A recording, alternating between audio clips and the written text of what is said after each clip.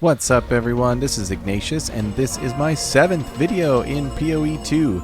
Channel has been growing rapidly and to my surprise, so thank you all for the support, the comments, the feedback, and the collaboration on YouTube and Discord.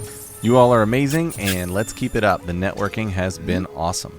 For today's video, I have a comprehensive guide to Whirling Slash builds with a focus on the Deadeye variant of the build. If you'd like a written reference while I proceed for this video, I have a full written and extremely overly elaborate guide on Mobalytics that'll kind of give you a nice visual handheld while you're watching this video. As you can see on the screen behind my voice, Whirling Slash is the ultimate automatic hold down right click delete the game potato build, and what's amazing about it is that it works on a lot of different classes. Now the first section I want to cover very briefly is how do you choose what class to use it on, and the short answer is if you already have a Ritualist, a Gemling, an Amazon, a Deadeye, a Blood Mage, maybe even a Lich, you can just use that class if you want to. But in my opinion, the different classes can be grouped and they have pros and cons. I like to think of them in terms of ceiling and cost. So let's start with the most expensive, highest ceiling classes. These classes will require a lot of divines to get the build clicking. However, they do have a higher ceiling, so if you do have the investment ability to spend towards it, they're going to get you, a faster, more deletey build. I would say the #1 picks overall are Ritualist and Gemling. These two will take advantage of stat stacking, which is unique to their approach to this build. The gear is extremely expensive and the ceiling is very high. My build is not going to really cover the stat stacking mechanics, but there are a lot out there and you can find them. Now, aside from Ritualist and Gemling, we have two which are rather on the cheap end and can become one-button deleters by way of their Ascendancies and some of their mechanics, and that is Deadeye and Blood Mage. We're going to focus on Deadeye because it has Tailwind and Frenzy Consumption in the Ascendancy, which gives us power and speed for free and not through items. I don't know Blood Mage very well, but the mechanic of one-button deleting bosses can be translated into any build, so you don't have to worry about that part at all. You just have to solve Whirling Slash, which is also very cheap. The final class to mention is Amazon. Amazon is sort of this lone wolf sitting in a really strange position here. The ceiling is very, very high on Amazon. However, there's a really weird irony to Amazon, which is if you're in Amazon, you should be using a rare spear, so that way you can take advantage of the Ascendancy. The Ascendancy doesn't really have a capitalization when you're using TangleTongue. However, if you want to use a rare spear, you need one with base flat 2 critical chance, with attack speed, with high accuracy rating, maybe even with decent DPS. It probably should be a sea glass spear so that the base crit is higher.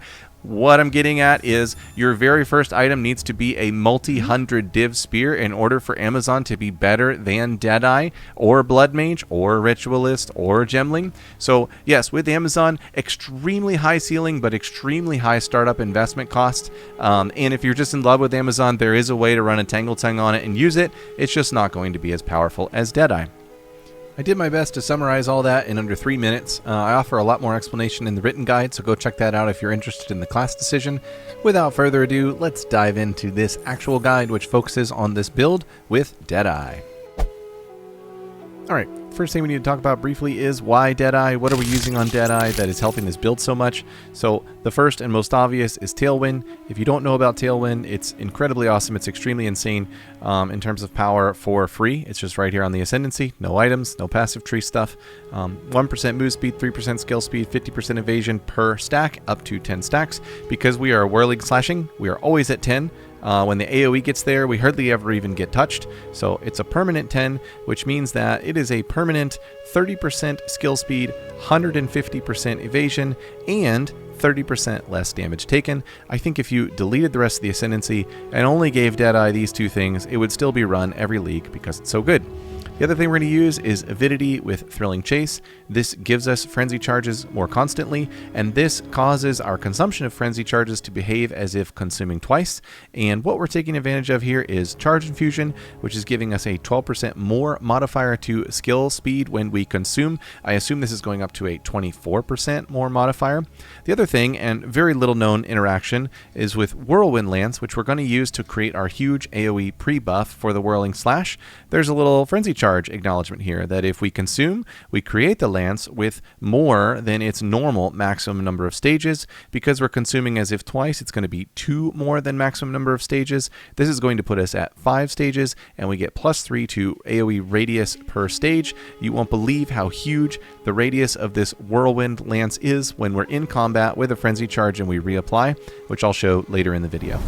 The next most important thing to discuss are the priority gear decisions.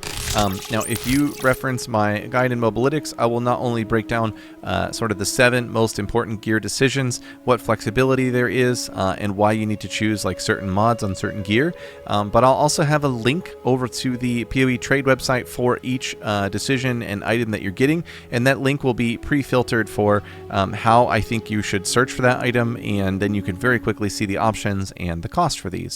So first and foremost is TangleTongue. If you haven't gotten familiar with it yet, now's the time. I think the best one to get for this build is a 22% or higher. I mean, if you have the investment, go up to 23 dot something to the base critical chance here, which happens from a corruption increase with 1 open socket, and in that open socket you want to slot attack speed. This attack speed modifier on the open socket is an on item modifier, and so it's a much more powerful increase because it helps with the base increase. If your crit chance is much higher because you're on a different class, or some other like time loss jewel or something, you could go with a 20% one that has 2 sockets and socket in 2 of the attack speed jewels. There's also a corruption enchant which rolls 6% attack speed on here and 1 socket, so then you could have 11% with a high crit chance. So just some other options there to mention that I've seen that are good. I prefer just high crit chance. It saves you passive points on the tree and helps your build a lot. Second item is Sacred Flame. Everybody knows Sacred Flame. I recommend finding one with a 50%, 55% or higher value for the damage as extra fire damage. It's still reasonably expensive, 20, 21, 22 divs, but it is really essential for the build. If you want to go faster, you can swap in a Lycosidae. So here is my speed in hideout unbuffed with Sacred Flame. And then I keep the Lyco here just to check. If we swap to Lyco, look at the additional speed. It's substantial. And that is because Lyco doubles accuracy, so it helps everything with the build. If you can make it work with Lyco, that's amazing. I run super juiced tier 15, tier 16 delirious maps, and the damage lost from Lyco is just not there, and I stick with Sacred Flame to keep it simple, keep it easy, keep it really potatoey. Next up are the rings plus Ingenuity.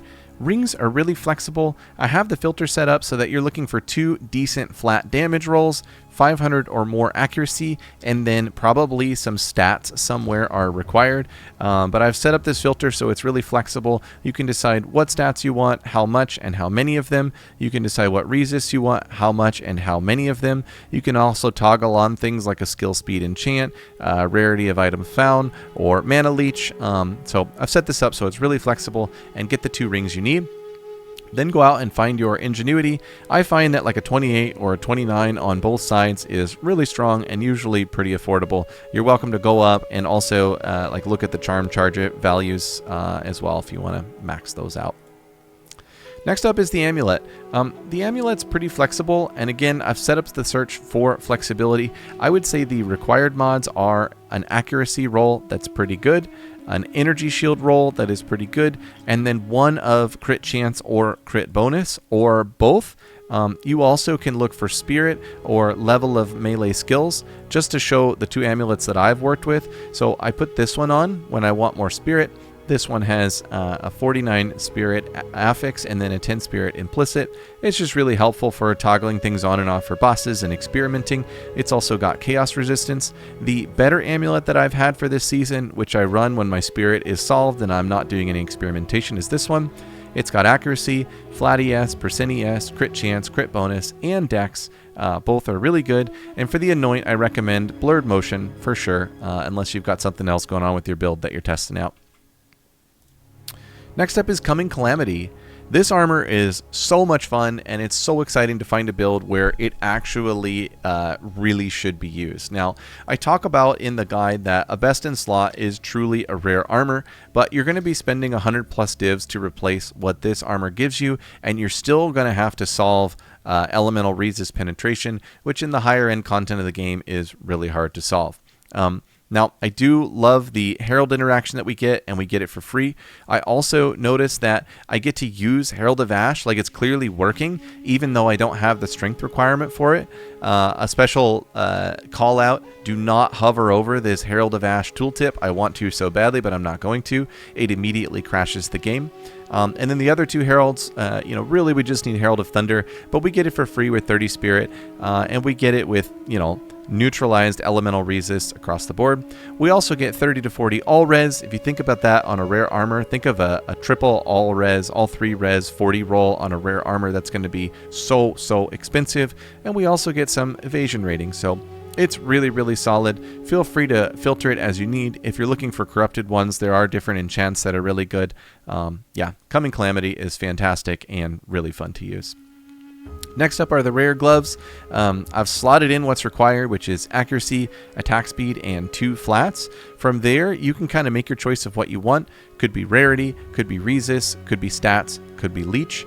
Make your choices. And then down here, I just have links to some other pieces that you're going to need and make decisions on. For the From Nothing jewel, you have 2 options. You can take a From Nothing that allocates to Dance with Death. This one is more common, a little bit more expensive. If you were to do that, you would slot Roll and Strike, Precise Point, and then still come down and get these 4 on the tree because Javelin is really, really powerful. But you get to save 5, 6, 7 points in the middle here with the Dance with Death. I opt for the From Nothing with Bulwark because Unwavering Stance is super OP in this build. Light stuns are such a problem. Even if you run Unbreakable in the Whirling Slash, sort of gem link, I still get light stun. Unwavering Stance is just so OP defense, and you never dodge roll because you're always Whirling Slashing. And you also get this Push the Advantage here, which is a 40% crit damage bonus. Definitely worth it. Definitely really, really nice. Continuing on, the helmet. Pretty flexible as well. You just want to make sure you have accuracy, and then I use it to pad resists and get really good energy shield.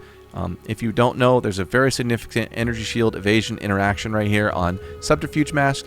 2 evasion per 1 ES on equipped helmet. So that's why high ES helmets are really, really expensive. So the higher value you can get here, the better, but you'll notice that it comes at an incredible price.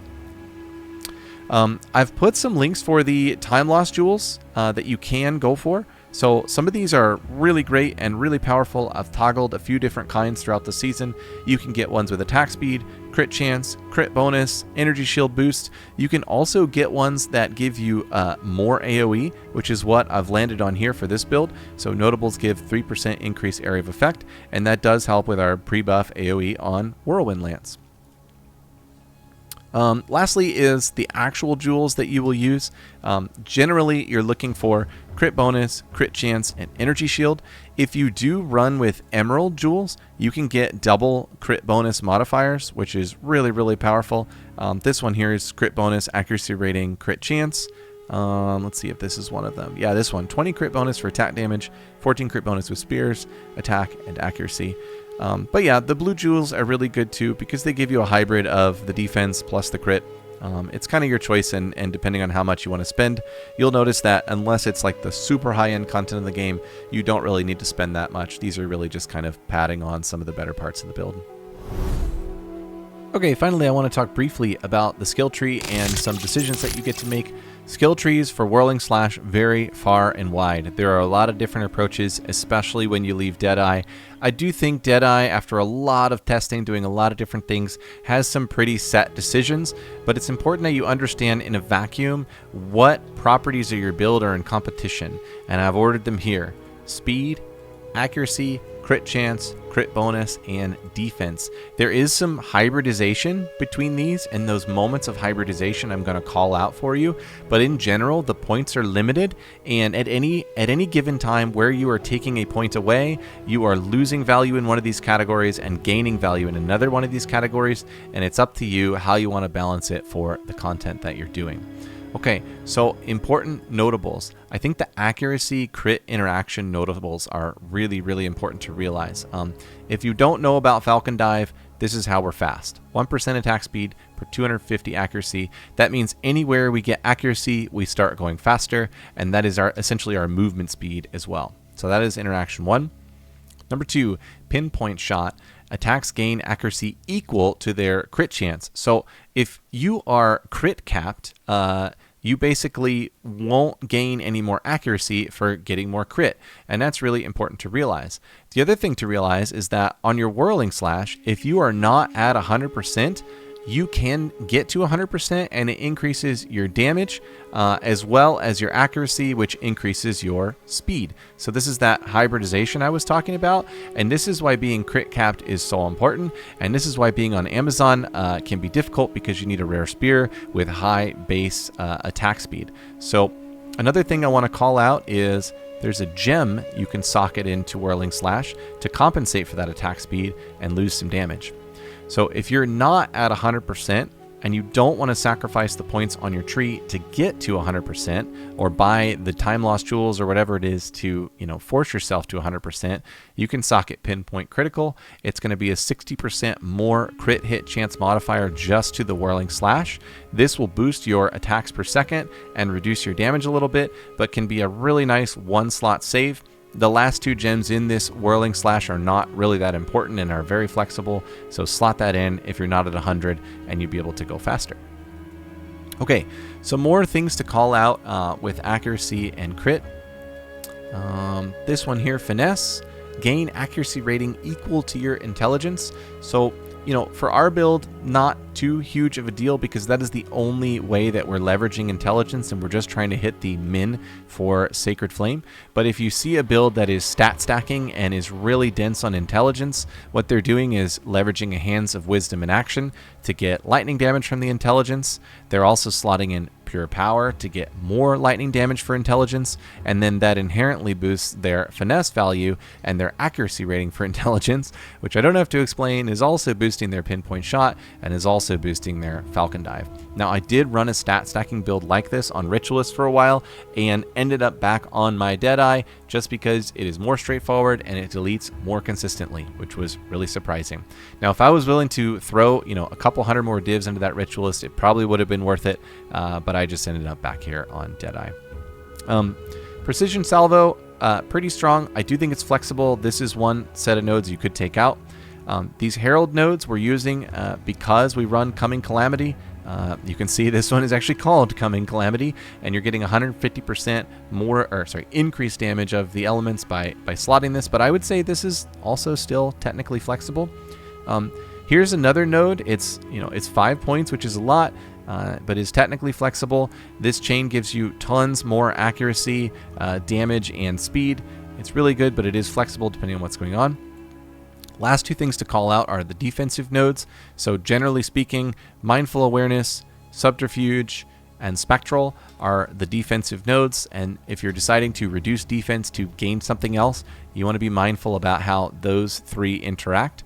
My best recommendation would be to hike back these 6 so that you get 6 points somewhere else. And then for the crit nodes, so you've got a little crit chain right here, which is great. This crit chain here is very flexible. This side is denser on crit chance, and this side is denser on damage. Down here, Cooked reduces our defense, but gives us a 60% bonus. So this is obviously very optional and conditional. Once again, you can go this way for chance. You can go this way for bonus. This one's pretty much mandatory. This side is chance, this side is bonus. You've got some up here you can hike to. Right here, incredible damage bonus, but reduced chance. Up here, incredible chance bonus, but reduced damage. And lastly, just to call it out, right here, if you're really struggling with crit chance, these 4 nodes get you an incredible amount and increased magnitude of ailments. Another really good one to slot. There's also a few crit chance nodes right down in here in the spear wheel. That pretty much does it for the skill tree. I suppose the last thing I'll call out is what's going on with weapon sets, because sometimes that can be really confusing in a guide or like in a POB link. So it's pretty simple here. Our weapon set 2 is all allocated to go fetch area of effect nodes. and they're really, really powerful for the pre-buff Whirlwind Lance. And you set your Whirlwind Lance to weapon set 2, and it activates all these AoE nodes. The weapon set 1 nodes are just slotted in everywhere else. It doesn't really matter where they go. Final call out, don't slot these into weapon set 1 if you're using a time loss jewel that has increased area of effect like this one, because you actually want that on for both of the swaps. Let's talk about playstyle. This should be pretty fun. Really, all we have to show is how do I do the pre-buff, how do I set up the big AoE, and then how do I do bosses. So let's start with the pre-buff. We're going to go ahead and grab a random map here. Let me pick one that doesn't make me look too much like an idiot. This one looks really juicy and really insane. I'll probably die and look terrible in this one. So let's go with that. We'll go with this Super Juiced Cleanse Sulfuric Caverns. Now, for the pre-buff, it's actually simpler than it looks. All we're going to do is we're going to throw a Whirlwind Lance on the ground, which is going to toggle over to our weapon set 2 points with all the AoE. Toss. Then we're going to put on Wake of Destruction. This is going to drop Shocked Ground. Now, this is actually really buried in the data of the game. You have to hover over this Whirlwind tooltip here, and then you see down at the bottom, it says a whirlwind that overlaps an allied elemental ground surface takes on the element, gaining 50% of damage as that element. So when we put these on and walk one little tip, we have a Shocked Ground Whirlwind. Swap these back on, and now we switch to the lower level but damage dealing Whirling Slash, and you'll notice the Whirling Slash absorbs the opening AoE of the Whirlwind Lance, but then expands upon it.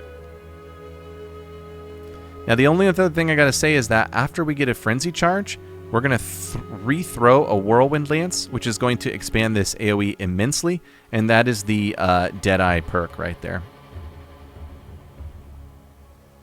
Come down here, delete, delete, delete. There's Frenzy Charges. Throw the Lance. Boom. Look at that monster. Oh my god, it's so satisfying. So that's the general pre-buff and gameplay. The other thing to note is if you see my Trinity bar in the top left corner, it is generally well balanced out between cold, lightning, and fire. Now, if it wasn't, what we would lose is attack speed. And that's really, really important to realize. So if you're only resonant in 2 elements, you will not gain the attack speed buff of Trinity. See if I can find this on the tooltip. So 15% attack speed while total resonance is over 250. So that means you need 2 elements maxed and 1 element that's doing pretty well, because each of these bars measures 100 resonance. The other thing I'll say about Trinity is that it has some breakpoints. You really want to get it to a base level 20 gem with a fire, cold, and lightning mastery into the gem to get it to 23, which is going to take this more modifier to your elemental damage to 7 rather than 6, and it's per 30 resonance, so that ends up being a really significant difference.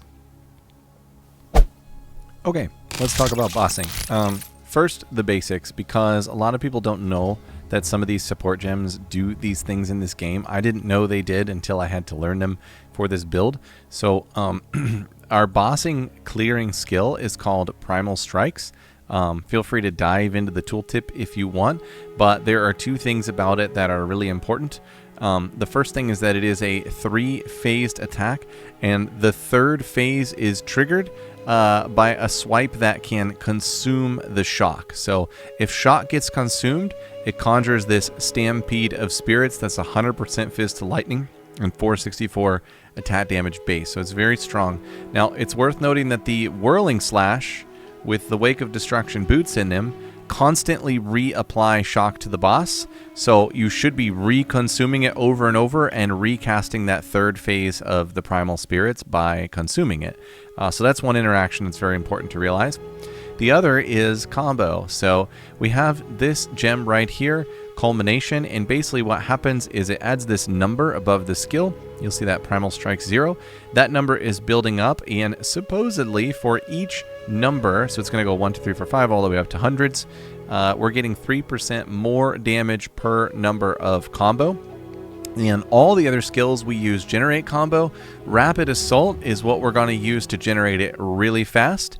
and we have a practice combo in here with some like armor breaking nodes and then Soul Thief to steal mana.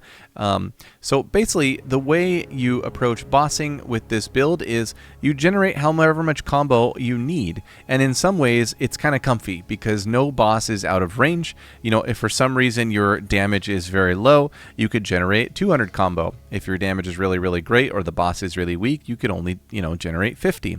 The other thing that's amazing is that combo generates in combat. So for Sim 4, for instance, where you know, the 2 Delirium bosses spawn in the middle of the fight, well, you're already at like 100, 200 combo in the middle of that fight, and you just hit right your combo button and they just delete like instantly. It's really amazing. So those are 2 of the interactions to show. The third thing I want to say is that if you're doing repeat boss attempts, like for instance, if you're going to come in and kill Xesht a whole bunch of times, you can kind of retool your skill tree to min-max certain things that are great. Like for instance, you know, some of this Herald stuff isn't going to work, and I probably want more crit bonus and less ES for repeat Pinnacle. You can also retool your gems. So one setup you can run is that instead of Combat Frenzy here, you run Cast on Crit, you toggle Trinity off for boss, you toggle Cast on Crit on, and you're shooting Sniper's Mark.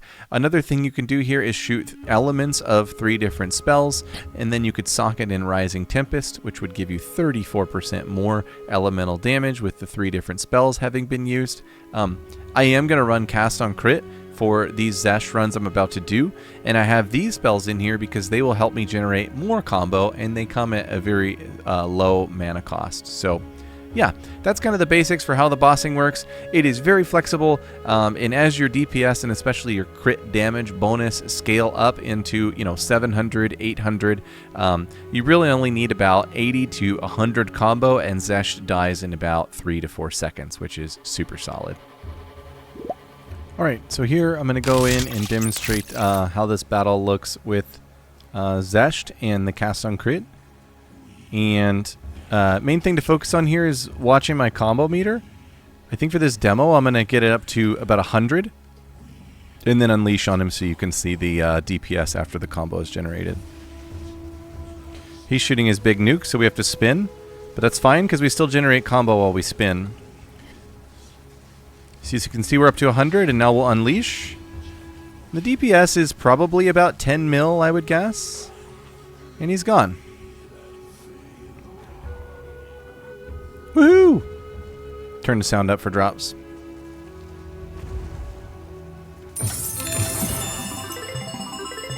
Ah, yeah. Alright, that about wraps it up. Thank you everyone for watching. I hope you got something valuable out of this video, and I hope you will enjoy some Whirling Slash with your time that remains in PoE 2 Dawn of the Hunt season. In the comments below, please call me out for anything I said wrong, any improvements that we can make to this build, or just any general thoughts you have on the build. The space for collaboration has been really helpful there. Thanks to everyone in Discord and on the streams for the collab on this build. I've been working and iterating for about 2 weeks with all the different classes, so thank you all for the collaboration and ideas. I do stream regularly on YouTube and on Kick. Come find me, and if you haven't yet, please join our Discord. Come collaborate. Let's do some PoE stuff together. Thanks, everyone.